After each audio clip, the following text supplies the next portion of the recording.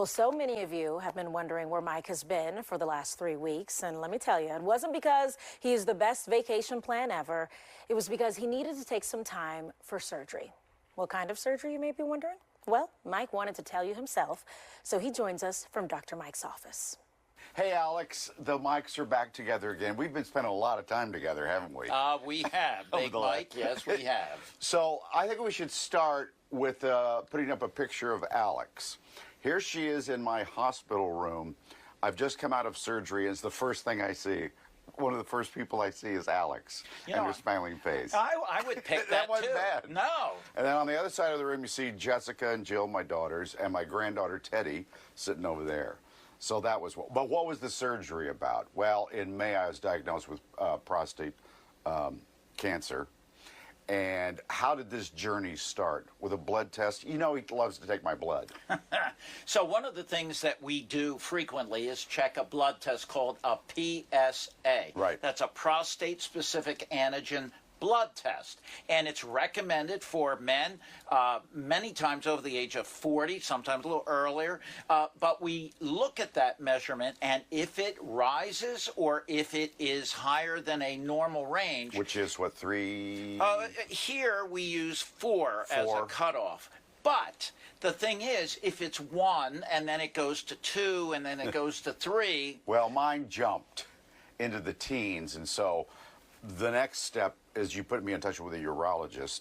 Well, we did an MRI. Well, you did a biopsy first, right? No, we did the MRI. MRI first? Right, because we wanted to get a look at that prostate. Oh. It's new technology. It's something that's absolutely fantastic. And if there is a concern of prostate cancer, it's something that I do, at least in my practice. So you put me in touch with Dr. Daniel Lee. Dan Lee, Why, urologist. why him? Because the MRI showed a little concern.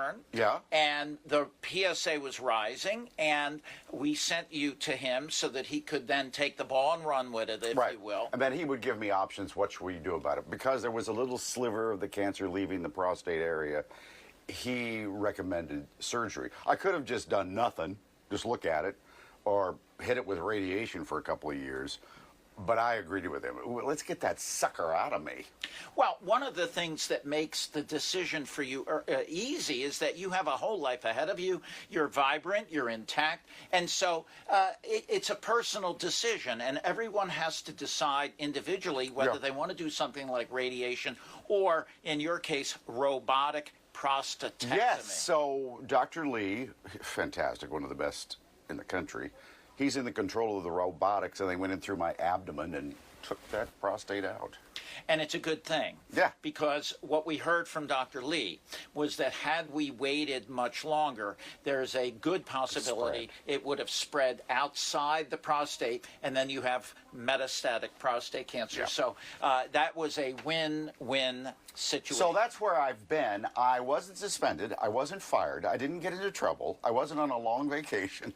I was getting this taken care of. So it's give me a little more time before I get back there. I do want to thank the whole urology team over here at Penn, Dr. Lee, and then nurse practitioner Jonna Knobler, and then another urologist, Dr. Margot Johnson. Yes, a urologist with the name Johnson.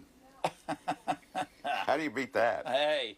And listen, I want to add one other thing. Yeah. We actually talked to Steve Morrison from Preston and Steve, who went through the same thing. He guided me through this. And he helped you, he guided you, and kudos to him, and thanks for him offering up some advice, and look at you. And, well, yeah, I feel pretty good. I just want to thank everybody at Fox there for being so supportive of me.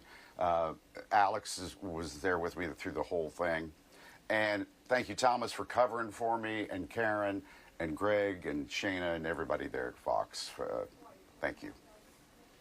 Thank you. Oh, by the way, thank you, Dr. Mike, for discovering this in the first place. Well, I want to keep you alive. I know. To 110. Love ya. Love you. And guys, go get that simple blood test. For goodness sake. Yes. I'll be back soon. We know you will. And we want to thank you, Mike, for being so open and willing to share your story about what you've been going through. And I'm sure that Mike's story will help others, or at least help folks figure out where the heck he's been, because we've been seeing all your comments and tweets and folks who have been asking. We just wanted to respect his privacy until he was ready to share with you all.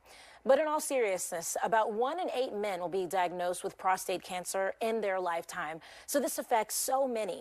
And the American Cancer Society has resources on their website for all types of cancers, including prostate. So you can visit cancer.org to find screening information, research, and more. Because it's the screening and early detection that is so important. And that's why I'm so glad that Mike was courageous enough to take that test and also courageous enough to share that with you all so that you guys can be inspired to also take that test. And so we know that with Dr. Mike, he's in great hands. So Mike, because I know you're watching, make sure you take all the time you need to recover. We'll be ready and waiting for you to get back to joining us on Good Day soon. But we do miss you. So we love you, and we can't wait to see you soon.